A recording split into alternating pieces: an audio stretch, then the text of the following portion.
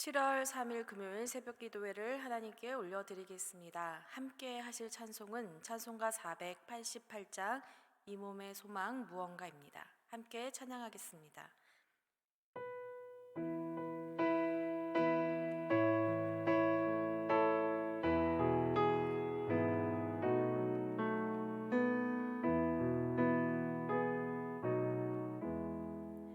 이 몸의 소망 무언가 우리 주 예수뿐일세. 우리 주 예수밖에는 믿으리 아주 없도다. 구나의 반석이시니 그 위에 내가 서리라. 그 위에 내가 서리라. 무섭게 바라보는 맘 물결이 높이 설렐 때 우리 주 크신 은혜의 소망에 닿을 줄이라. 주 나의 반석이시니 그 위에 내가 서리라. 그 위에 내가 서리라. 세상에 믿던 모든 것 끊어질 그날 되어도 구주의 언약 믿사와 내 소망도 그리라. 주 나의 반석이시니 그 위에 내가 서리라. 그 위에 내가 서리라. 바라던 천국 올라가 하나님 앞에 배울 때 구주의 의를 힘입어 어여시 바로 서리라. 주 나의 반석이시니 그 위에 내가 서리라. 그 위에 내가 서리라. 오늘의 말씀은 시편 138편 1절에서 8절까지의 말씀입니다. 함께 말씀을 보면서 함께 말씀을 읽도록 하겠습니다. 내가 전심으로 주께 감사하며 신들 앞에서 주를 찬송하리이다. 내가 주의 성전을 향하여 예배하며 주의 인자하심과 성실하심으로 말미암아 주의 이름에 감사하오리니 이는 주께서 주의 말씀을 주의 모든 이름보다 높게 하셨음이라. 내가 간구하는 날에 주께서 응답하시고 내 영혼에 힘을 주어 나를 강하게 하셨나이다.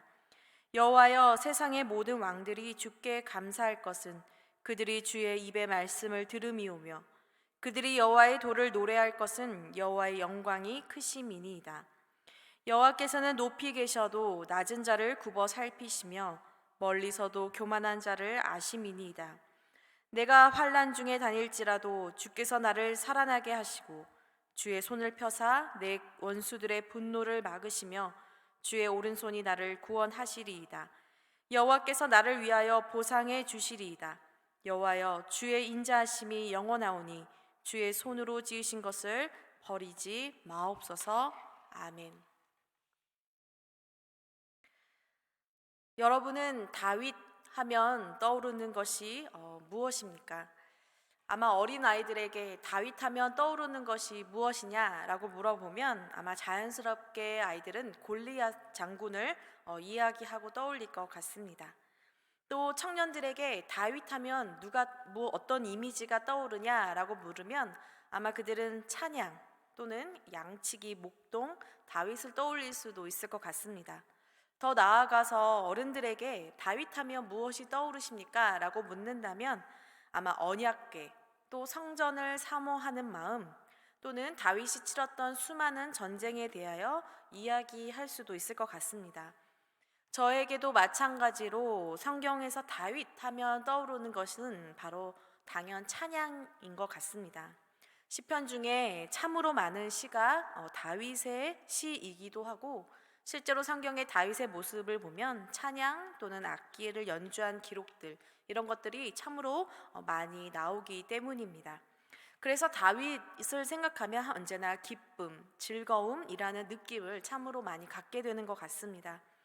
그런데 여러분, 언제나 말씀 속에서 등장하는 다윗은 그가 갖고 있는 이 찬양, 기쁨의 이미지와는 정반대로 한 번도 마음 편할 날이 없는 그런 환경 속에서 살아왔습니다. 가정에서는 주목받지 못했던 어린 시절, 특별히 담임 목사님께서 자주 말씀하셨었는데요. 이 하카톤이라고 불렸다고 합니다. 즉 끝물이라는 뜻을 가지고 있는데, 정말 이 끝물과 같이 아무도 거들떠보지 않았던 그런 취급받지 못했던 소년 중에 하나였습니다. 그리고 그가 왕으로 기름을 부음을 받고 난 이후에도 단 한 번도 마음과 몸이 편할 날이 없었습니다. 언제나 자신을 시기하고 질투하는 사람들에 의해서 도망다니고 쫓겨나고 또 숨어야 했고 또 미친 척을 해야 했던 것이 다윗의 삶이었습니다. 하나님께 선택을 받았다면 탄탄대로여야 하지 않는가? 왕으로 부름을 받았다면 이제 적어도 발 뻗고 사람들의 존경을 받으면서 그렇게 남들의 부러움을 살면서 살아야 했던 것은 아니었을까 하고 생각할 수 있지만, 참으로 다윗은 어린 시절에는 사자와 곰과의 전쟁을 치러야 했다면 커서는 자신의 주변에 있는 모든 사람들과 전쟁을 치러야 했던 참으로 피곤한 삶을 살았던 인물인 것 같습니다. 그러나 여러분, 그럼에도 불구하고 다윗이 가지고 있는 이미지는 찬양하는 사람, 예배하는 사람의 모습이었습니다. 마치 매일 기쁘고 감사한 일이 그에게 가득해 보이는 것처럼 그는 참으로 하나님을 찬양하고 감사하는 삶의 모습을 가지고 있었던 것입니다. 어쩌면 그의 어린 시절부터 이어져 온 삶의 예배가 수많은 고난과 환난 속에서도 점점 더 그의 믿음과 예배의 삶이 다져지고 굳어져서 자라게 된 것은 아닌가 생각이 듭니다. 그래서 하나님은 참으로 그를 혹독하게 훈련시키는 듯 보이기도 하지만, 바로 고난과 환난의 자리를 걸을 때라도 여전히 한 분뿐인 하나님만을 의지하고 바라보는 그런 다윗의 모습을 볼 수가 있는 것 같습니다. 오늘 말씀 시편 138편의 말씀은 전형적인 감사의 노래입니다. 찬양의 시입니다. 여러분, 저희가 함께 읽어보았지만 이 말씀을 보면 어떤 특별하고 개인적이고 구체적인 사건이 나오고 있지는 않습니다. 아주 포괄적으로 감사와 찬양이 담겨 있는 말씀입니다. 흔히 지금까지 우리들이 감사의 시, 찬양의 시 하고 하면 익히 들어왔던 그런 구절들로 구성이 되어 있습니다. 그래서 이 말씀을 보면서 다윗이 이 감사의 노래를 부르고 있었던 그의 삶의 자리는 어디일까라는 생각을 해보게 되었습니다. 하나님의 법궤가 들어오는 자리였을까? 전쟁에서 승리했던 때에 이 노래를 불렀을까? 아니면 언제 끝날지 모르는 도망다니는 그러한 어려운 상황 속에서 그가 노래를 불렀을까? 과연 그의 이 감사의 노래의 배경은 무엇이었을까? 라고 생각해 보았습니다. 그런데 정답은 아무도 모른다입니다.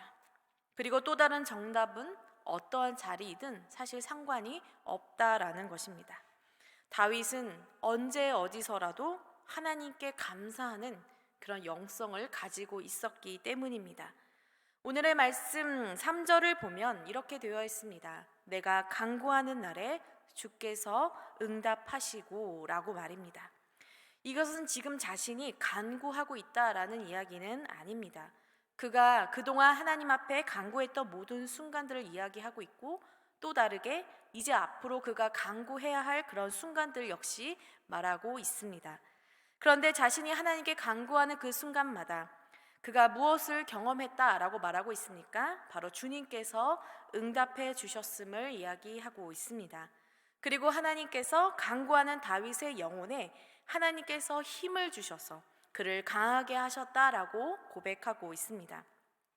언제 어디서라도 그가 어느 자리에 있더라도 감사할 수 있는 이유는 바로 하나님 한 분만을 바라보고 기도했을 때 하나님께서 기도하는 다윗에게 즉시 응답해 주셨을 뿐만이 아니라 그의 영혼을 통해 이 상황을 뛰어넘을 수 있는 강한 힘을 주셨기 때문입니다. 물론 다윗에게 응답하신 하나님은 당장 그의 환경을 변화시켜서 그 환경을 바꾸심으로 응답하신 것은 아닙니다. 오히려 그 환경 속에서 그것을 이겨내고 통과할 수 있는 바로 그런 영혼의 강함을 그에게 주셨습니다. 어떤 목사님께서 이 말씀에 대하여 이렇게 말한 것을 들었습니다. 하나님이 그의 영혼을 강하게 하신 것은 마치 바다 위에 떠 있는 그 배가 파도에 넘어가지 않도록 바로 배 밑을 든든히 채운 것과 같다라고 말입니다. 배의 밑을 물로 채우거나 물건으로 채우는 바로 바닥짐, 바로 이것이 그것과 같다라는 것입니다. 그 바닥짐을 배 밑편에 두므로 그 배가 어떠한 상황 속에서도 흔들리지 않고 바다의 상황 속에서 넘어가지 않도록 말입니다. 하나님을 믿는 성도들에게 바닥짐은 무엇일까요? 바로 하나님의 인자하심과 그분의 신실한 성실하심을 믿는 바로 믿음일 것입니다. 그리고 그 믿음은 반석이신 주님을 붙들 때 견고해지고 커지는 것이라 믿습니다. 수많은 어려움을 겪은 다윗이지만 이 반석 되신 하나님을 경험하고 또 경험함을 통해서 그는 나의 힘이 되신 여호와여 내가 주를 사랑하나이다 라고 고백할 수 있는 바로 그런 굳건한 영성을 가지게 된 것입니다. 그래서 오늘 말씀처럼 그는 어떠한 상황 속에서도 1절과 같이 이렇게 고백하고 있습니다. 내가 전심으로 주께 감사하며 신들 앞에서 주께 찬송하리이다 라고 말입니다. 전심으로 영어로 with my whole heart 라고 되어 있습니다. 여러분, 그 어떠한 소홀함도 없이 자신의 모든 것을 다해 하나님께 감사하고 있다라는 것입니다. 찬양을 받을 만하신 하나님께 그 어떤 것도 신경 쓰지 않고 내 마음과 내 힘을 다해 찬양하며 감사하는 것입니다. 여러분, 우리가 전심으로 드리는 이 감사와 찬양, 어쩌면 우리가 날마다 이 예배 속에서 드려야 할 찬양은 바로 이 전심, 우리의 온 마음을 다해 드리는 하나님을 향한 찬양일 것입니다. 어쩌면 이 온 마음을 향한 찬양이 있다면 사실 그 어떤 악기도 그 어떤 멜로디도 중요하지 않을 수도 있습니다. 하나님은 우리의 중심, 우리의 전심, 우리의 마음을 받으시기 때문입니다. 그것으로 충분한 것입니다. 그런데 오늘 다윗은 바로 그런 전심을 가지고 자신의 신들 앞에서도 하나님을 찬양하겠다라고 말합니다. 여기서 신들은 참 다양한 의미로 해석이 되는데요. 어떠한 왕들을 가리키는 걸 수도 있고요. 천사들을 가리키는 걸 수도 있습니다. 그런데 중요한 것은 그 어떤 권세를 가진 자들 앞에 있을지라도 나는 오직 하나님만을 의지하며 찬양한다라고 그 다윗이 말하고 있는 것입니다. 또 2절에서는 어떻습니까? 언제나 하나님의 임재를 상징하는 바로 그 성전, 바로 그 성전을 향해 그는 예배한다라고 말합니다. 여러분, 다윗은 예루살렘 성전을 지은 사람이 아닙니다. 따라서 여기서 성전은 그 성전을 말하는 것이 아니라 바로 하나님의 임재를 사모한다라는 말입니다. 하나님이 그에게 언제나 변함없이 사랑하시며 여러분 변함없는 언약을 향해 그에게 지키시는 것을 기억하며 그분의 사랑과 성실함을 기억하며 하나님을 향해 바로 예배하고 감사하겠다라는 것입니다. 지난 수요일에도 말씀을 드렸지만 다윗에게 이 확실한 믿음을 갖고 있는 것, 그에게 있는 이 확실한 믿음은 바로 어느 것에 기초하고 있냐? 바로 하나님의 사랑과 그분의 성실하심입니다. 비록 그가 7절의 말씀처럼 환난 중에 다닐지라도 그는 자신을 향한 하나님의 사랑을 굳게 붙들었습니다. 그 사랑을 의지했습니다. 반드시 자신에게 약속하신 주님의 인도하심을 의심하지 않고 나아갔던 것입니다. 그 하나님의 약속이 바로 그에게 힘이 되어지고 승리가 되어진 것입니다. 지금 저와 여러분에게도 가장 필요한 것은 바로 이 믿음, 이 영성인 줄 믿습니다.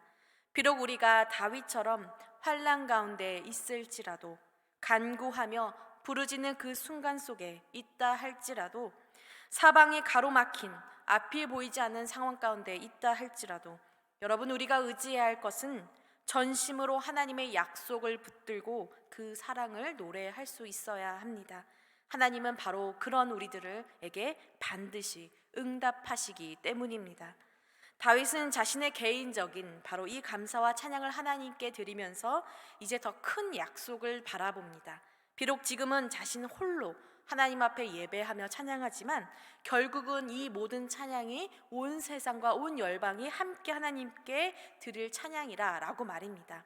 4절과 5절의 말씀을 보면 그래서 온 열방, 온 세상의 왕들이 바로 하나님의 말씀을 듣고 하나님께 하나님의 그 놀라운 영광을 바라보며 하나님을 찬양하게 될 것이다 라고 선포하고 있습니다. 이것은 단순히 다윗의 상상이 아닙니다. 바로 하나님의 말씀에 기초한 약속입니다. 그리고 이것은 곧 언제 완전하게 이루어집니까? 바로 예수님께서 다시 오시는 그날에 바로 우리 모두 다 함께 볼 수 있는 그런 영광스러운 찬양의 예배입니다. 여러분, 그리고 이 말씀은 곧 저와 여러분에게 무엇을 교훈하고 있습니까? 온 세계의 통치자이시자 열방의 주님께서 바로 저와 여러분의 하나님이시다라는 것입니다. 비록 우리는 우주의 먼지 같은 존재라고 여겨질지 모르지만 여러분, 저와 여러분은 하나님에게는 이 땅에 단 하나밖에 없는 하나님의 자녀이고 하나님은 그런 우리들을 분명히 사랑하고 계시다라는 것입니다.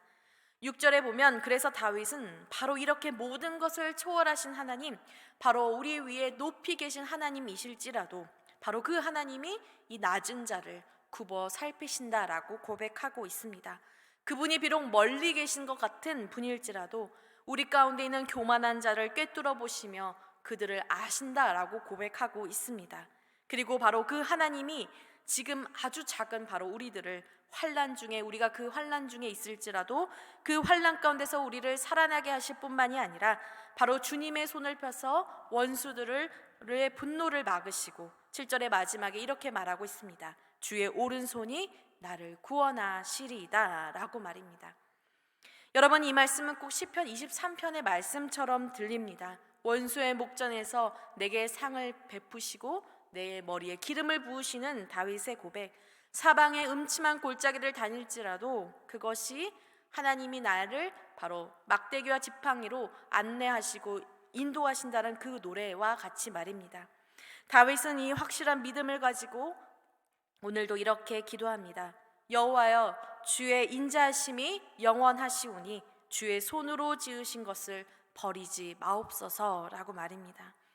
여러분, 주님의 손으로 지으신 것, 바로 그 결국은 무엇입니까?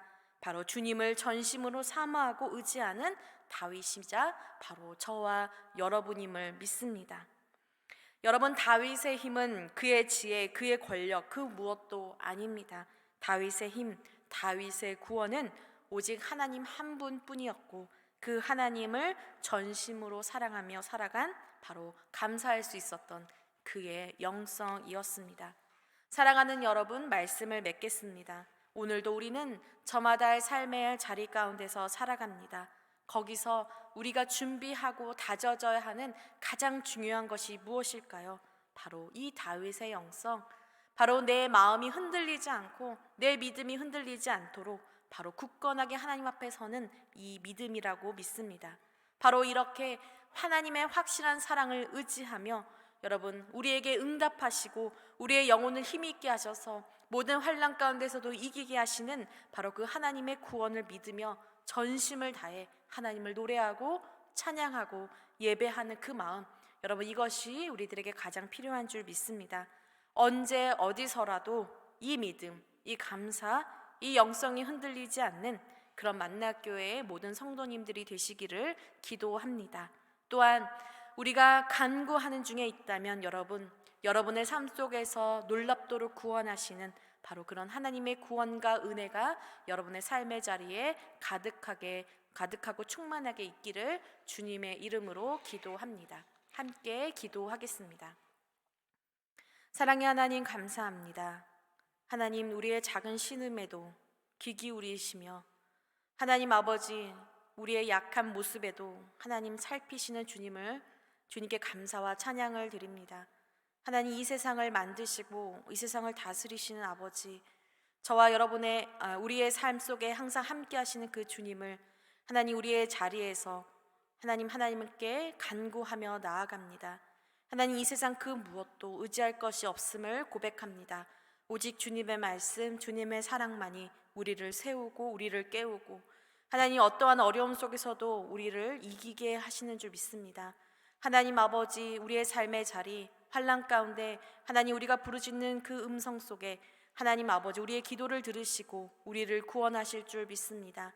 하나님, 만나교회 모든 성도님들, 하나님 그 삶의 자리 가운데 하나님을 찬양하며 예배하는 그 순간순간마다 하나님 함께 하셔서 당신의 능력과 당신의 힘으로 우리를 새롭게 하시고 구원할 수 있도록 인도하여 주시옵소서.